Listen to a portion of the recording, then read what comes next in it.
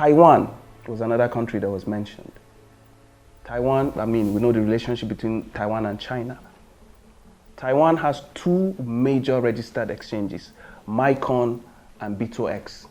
And currently today in Taiwan, you have 4 Bitcoin ATMs. You have countries like Kyrgyzstan. Of course, yes, Kyrgyzstan still is struggling with legislation, but there's a draft legislation that they completed the drafting in December and is in perfected to be sent to the parliament. Why bring these countries into the fray? I don't want to talk about things like the innovation index and all that. Let's talk about Indonesia. The belief is that Indonesia it's not doing anything positive yet. It's not legal tender in Indonesia. But Indonesia, it's one of the popular, it's not open knowledge that 11% of Indonesians hold cryptocurrency. That's a very big number compared to that population. And why? What's the reason? Because the Indonesian rupee has consistently lost its value against the US dollar. And so people are running to safe haven assets. You know, the biggest crypto exchange in Indonesia, licensed crypto exchange, is Toko Crypto, that Binance recently invested in. It exists. It was licensed by the Indonesian Commodities Futures Trading Regulatory Agency, the BAPEP. So these countries that we've mentioned are all involved in this asset. Of course, they've not accepted it to replace money, and nobody's saying they must accept it to replace their currency. It's going to be a very difficult thing for that to happen. But to come out with narratives that are not representative of what is happening in those countries, to say the least, is a blow below the belt. We could go on and on and on and talk about these things. The press release talked about how much it is supporting innovation in the country, in the innovation space, in fintech and the rest. Now, if you go to WIPRO, the World Intellectual Property Organization, it's free. Go and download the Innovation Index, Global Innovation Index, and see the position of Nigeria. See its position relative to other countries of the world, and see our position relative to other countries in sub-Saharan Africa. In the past 3 years, most of Nigeria's innovation outputs are negative. That means a lot of things go into innovation. Let's say 110 programs, the output is 105, negative. It was only in 2020 that we had a positive innovation output. And if you look at the charts, where is most of the funding for innovation going to? Is in institutions, the same institutions that have brought us to where we are today. Like I said in the last video, this ship is a ship that has set sail. The publicity this industry is getting is unprecedented. We talked about pressure on the US dollar. I've seen narratives, people have tagged me on different narratives on Facebook, WhatsApp, about the fact that cryptocurrencies put pressure on the US dollar, the scarce dollar that Nigeria doesn't have.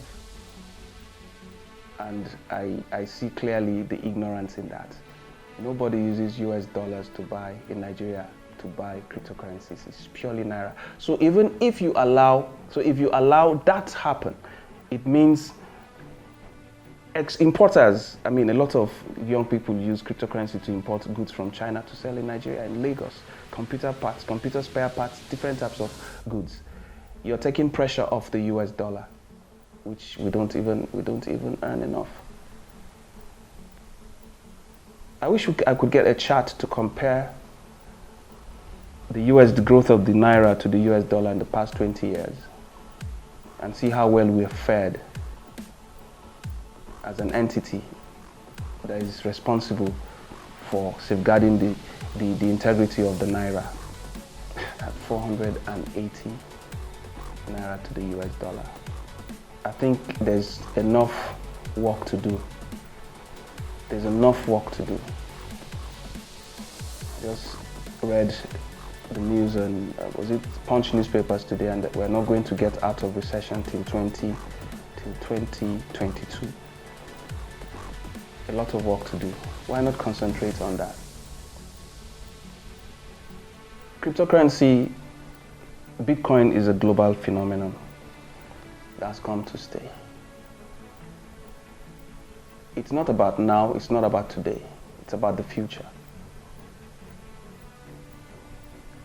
It's better we open our eyes and be as objective as possible. Like I said in my last video, the millennials are coming. Just like Bitcoin, they don't care what you think.